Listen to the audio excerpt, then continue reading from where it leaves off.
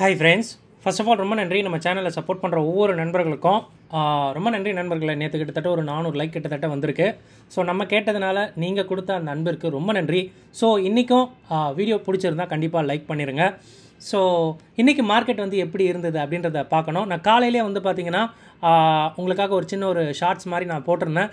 Like என்ன அப்படின்னா, post fed ஈவெண்ட்டுக்கு அப்புறம் டெக் ஸ்டாக்கோட ரிசல்ட் இருந்தது ஆக்சுவலாக.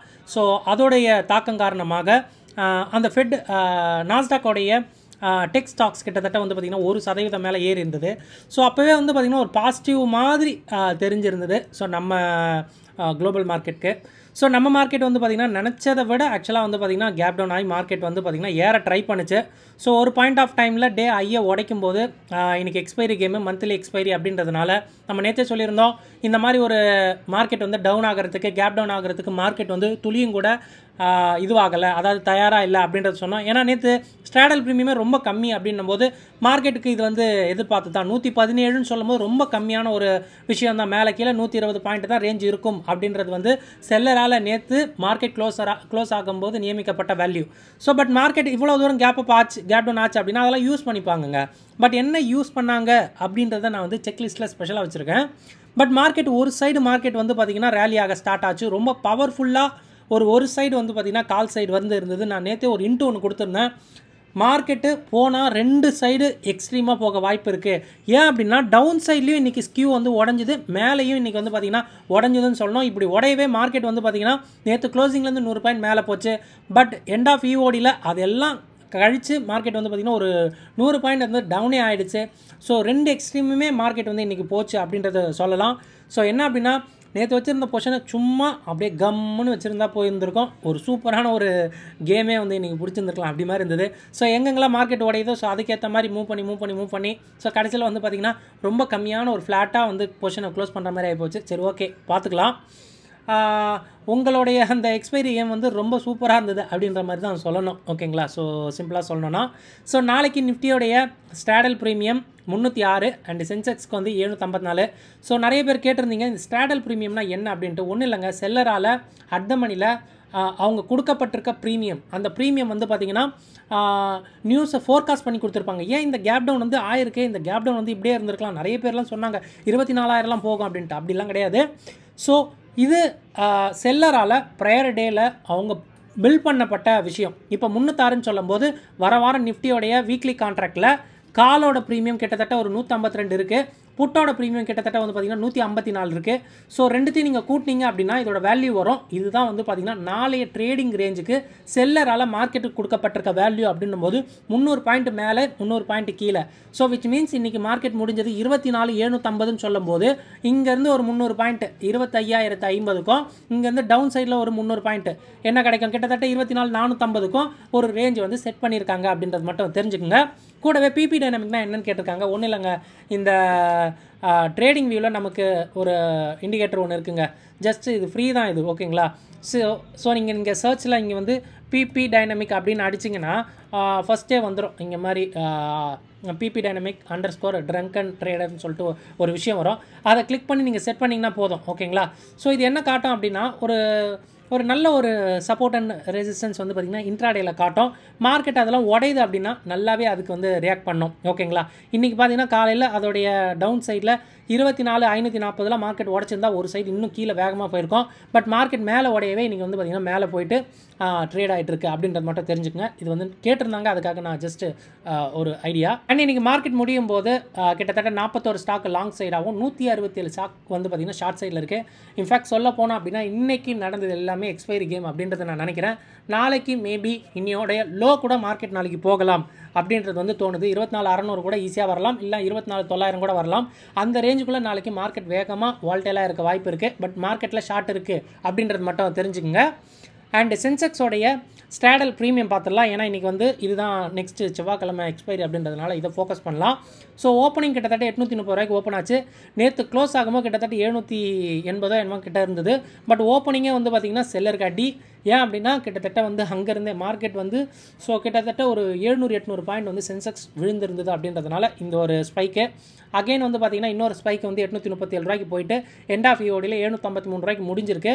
ஸோ என்ன அப்படின்னா நேற்று க்ளோசிங்க்கும் இன்றைக்கி க்ளோசிங்க்கும் பெரிய ஒரு டிகே இல்லை. அதுக்கு பதிலாக இன்றைக்கி ஃபுல்லாகவே வந்து பார்த்திங்கன்னா டெல்டா வேல்யூவும் கூட ஐவிஎம் மட்டும் ஏறி ப்ரீமியத்தில் வந்து ஒரு வீக்கத்தை ஏற்படுத்தியிருக்கு. இந்த வீக்கம் நாளைக்கு இல்லை நாளானிக்கு அப்படியே வந்து கரைஞ்சிடலாம். ஸோ 754 இருக்குது அப்படின்னா நாளைக்கு நாளானிக்கு இது வந்து பார்த்திங்கன்னா 400 கூட போகும். ஸோ அதுக்கேற்ற வந்து ஒரு ட்ரேடிங் செட்டப் வந்து இருக்கணும்.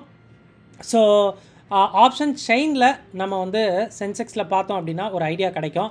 ஸோ என்ன அப்படின்னா காலையில் மார்க்கெட் ஏறும்போது காலிலேருந்து அன்வைண்டிங் இருந்தது. பட் மார்க்கெட் மதியானத்துக்கு மேலே மார்க்கெட் கொஞ்சம் இறங்கும்போது காலில் நல்லாவே வந்து பார்த்திங்கன்னா செல்லிங் வந்துடுச்சு.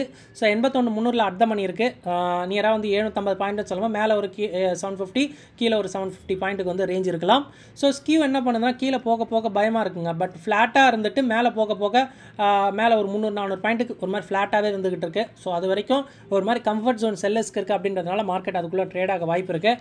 பட் கொஞ்சம் மார்க்கெட் வந்து கீழவும் போகலாம். இல்லைனா இன்னியோடைய அந்த இது இருக்குது பார்த்தீங்களா, ஸோ மேலே அப் அண்ட் டவுன் இருக்குல்ல, ஒரு பெரிய ஒய்டான ஒரு விஷயம் ஓகேங்களா. ஸோ அதுக்குள்ளே நாளைக்கு மார்க்கெட் ட்ரேட் ஆக வாய்ப்பு ரொம்ப அதிகம். ஸோ SGX நிஃப்டி இது வரைக்கும் எப்படி இருக்குது அப்படின்னா ஒரு மாதிரி நெகட்டிவாக ஒரு 34 பாயிண்ட் வந்து நெகட்டிவாக தான் இருந்துகிட்டு இருக்குது. ஸோ பார்க்கலாம் எப்படி யூஎஸ் மார்க்கெட் ஓப்பன் ஆகி க்ளோஸ் ஆகுது. அதை பொறுத்து நாளைக்கு SGX நிஃப்டி ஒரு மாதிரி ஓப்பன் ஆகலாம் அப்படின்ற மாதிரி தான். FID ஆக்டிவிட்டி ஒரு 7:30 மணிக்கு மேலே அப்டேட் ஆகும். ஸோ அந்த விஷயத்தையும் பார்த்துருங்க. நியராக வந்து பார்த்திங்கன்னா இண்டெக்ஸ் ஃபீச்சர்ஸை பாருங்கள். இன்றைக்கி மேபி வந்து பார்த்திங்கன்னா கொஞ்சம் டேட்டா வந்து இதுவாக இருக்காது, பியூராக இருக்காது.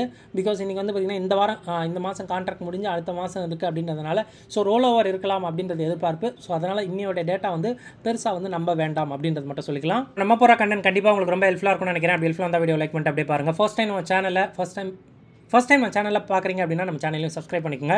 முதல்ல செக்லிஸ்ட்டில் என்ன பார்க்க போகிறோம் அப்படின்னா இந்தியா விக்ஸ் பார்க்க போகிறோம். இன்றைக்கி ஒரு 3% ஏறி இருக்குது. இன்ஃபேக்ட் சொல்ல போனால் காலையில் நியராக 9% வரைக்கும் இருந்தது. டியூ டு மார்க்கெட் வந்து யூஎஸ் ட்ரேட் டீலுக்கு வந்து ரியாக்ட் பண்ணி மார்க்கெட் ஒரு 250, 200, 220 பாயிண்ட் ரியாக்ட் ஆகும்போது இந்த மாதிரி இந்தியா விக்ஸ் வந்து பயந்துருந்தது. ஸோ நிஃப்டியோட ஸ்டாடல் அடுத்த வாரம் 306 பாயிண்ட்டுக்கும் சென்செக்ஸ் வந்து ஒரு 754 பாயிண்ட்டும் ப்ரீமியம் கொடுத்து வச்சுருக்காங்க. நல்ல ப்ரீமியம்.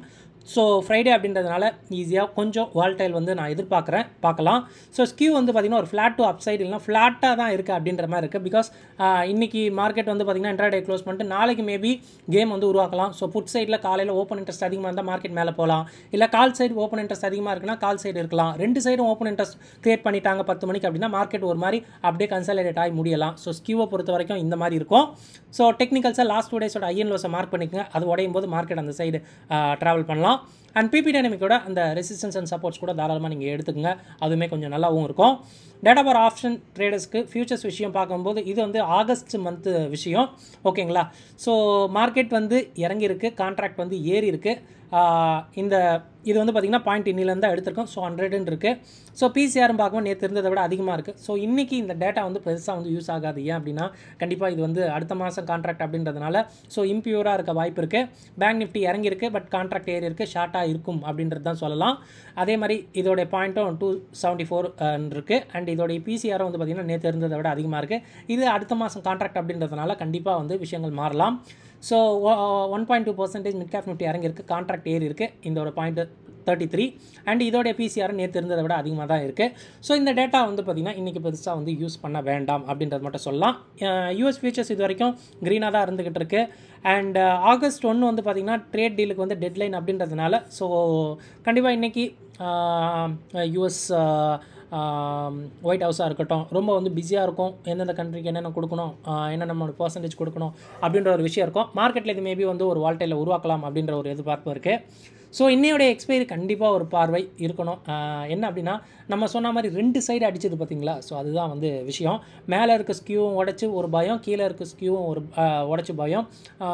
என்ன சொல்கிறதுனே தெரில. காலையில் மார்க்கெட் வந்து இறங்கும்போது எல்லா புட்டும் அன்வைண்ட் ஆச்சு, கஷ்டமாக இருந்தது. கண்டிப்பாக காலையில் ஒரு லாஸை புக் பண்ணியிருப்பாங்க. மார்க்கெட் ஏறும்போது 24,700, 800லாம் அவ்வளோ கால் அடித்து வச்சுருந்தாங்க. மார்க்கெட் ஏறும்போது அங்கேயும் நல்ல ஒரு அன்வைண்டிங் இருந்தது, அங்கேயும் லாஸ் புக் பண்ணியிருக்கலாம் அப்படின்ற ஒரு விஷயம். பட் எண்ட் ஆஃப் யூஓடியில் மார்க்கெட் வந்து பார்த்திங்கன்னா எந்த இடம் ஓகே நான் 700க்கும் 800க்கும் இல்லை 850க்கும் நடுவில் நிற்கலாம் அப்படின்ற ஒரு பார்வை தான் நேற்றே எனக்கு இருந்தது. ஸோ அதுக்கு நியராக வந்து பார்த்திங்கன்னா மார்க்கெட் வந்து முடிச்சு விட்டானுங்க. ஸோ 2 சைடு ஸ்கியூவை பிரேக் பண்ணி நமக்கு வந்து கஷ்டம் இன்றைக்கி கொடுத்தது. ஸோ சும்மா வச்சுருந்தாலே அந்த பொசிஷன்லாம் நல்ல ஒரு சூப்பரான விஷயமா கொடுத்துருக்கோம், ரிசல்ட் கொடுத்துருக்கோம் அப்படின்ற மாதிரி தான். பட் மந்த்லி எக்ஸ்பைரி அப்படின்றதுனால எதுவுமே சொல்ல முடியலங்க. ஓகேவா? ஸோ மார்க்கெட் வந்து பார்த்திங்கன்னா இந்த மாதம் ஃபுல்லாக கடந்து வந்த பாதை ஒரு தடவை போகணும் அப்படின்ற மாதிரி 25,000 உடச்சிருந்ததுன்னா ஒன்றும் பண்ணியிருக்க முடியாது. போகவும் வாய்ப்பு நல்லாவே இருந்தது. ஸோ என்ன எனக்கு தெரிஞ்சுன்னா ஒரு 30-35 பாயிண்ட்டுன்னு நினைக்கிறேன். அதெல்லாம் பிரேக் பண்ணியிருந்தா 25,000 வந்து ஈஸியாக பிரேக் பண்ணியிருக்கோம். பட் அது பண்ண விடலை அப்படின்றது தான் சொல்லணும். ஸோ ஸ்டில் வந்து சென்டிமெண்ட் வந்து நாட் குட் அப்படின்ற மாதிரி தான் இருக்குது. நல்ல ப்ரீமியம் மார்க்கெட்டில் இருக்கனால வால்டிலிட்டி வந்து எதிர்பார்க்கலாம் அப்படின்றது தான். ஸோ காலையில் வந்து ஒரு 10 மணிக்கு வரையும் பாருங்கள், எந்த சைடு ஓப்பன் இன்ட்ரெஸ்ட் அதிகமாக இருக்குன்னு பாருங்கள். 2 சைடு அப்படியே இருந்ததுன்னா ஒரு மாதிரி கன்சாலிடேட் ஆக்கி விட்ருவானுங்க. ஏன்னா இன்றைக்கி வந்து பார்த்திங்கன்னா பெரிய டிகே இல்லவே இல்லை அடுத்த வாரம் கான்ட்ராக்டில் அப்படின்றதுனால இந்த ஒரு பார்வை எனக்கு இருக்குது, மற்றபடி இல்லை. ஸோ செக் பண்ணுங்கள். இதெல்லாம் ஆல்ரெடி அவைலபிளாக இருக்க டேட்டா தான். நான் சொன்ன விஷயங்களில் கண்டிப்பாக தவறுகள் கூட இருக்கலாம். நீங்கள் உங்கள் ஓன் அனாலிசிஸ்க்கு அப்புறம் உங்கள் ட்ரேட் எடுங்க. இந்த வீடியோ பார்த்ததுக்கு ரொம்ப நன்றி. தேங்க்யூ. ஜெய்ஹிந்த்.